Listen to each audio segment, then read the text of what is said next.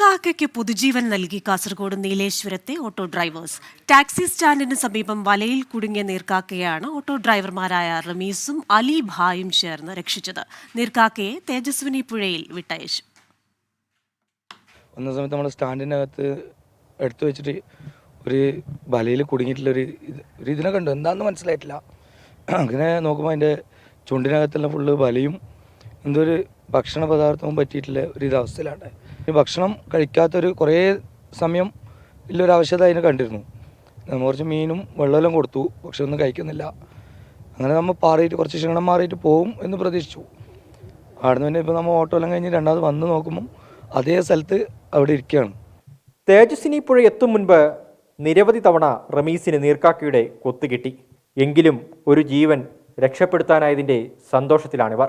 റമീസും അലീബായും ചേർന്ന് ജീവൻ രക്ഷപ്പെടുത്തിയെങ്കിലും വലയിലകപ്പെട്ടതിൻ്റെ പേടി ഇനിയും മാറിയിട്ടില്ല. എങ്കിലും വെള്ളത്തിലെത്തിയതിൻ്റെ സന്തോഷത്തിലാണവൾ. വിജയ് ഷണങ്കൂറിനൊപ്പം അരുൺ പാറക്കൽ, 24 കാസർഗോഡ്.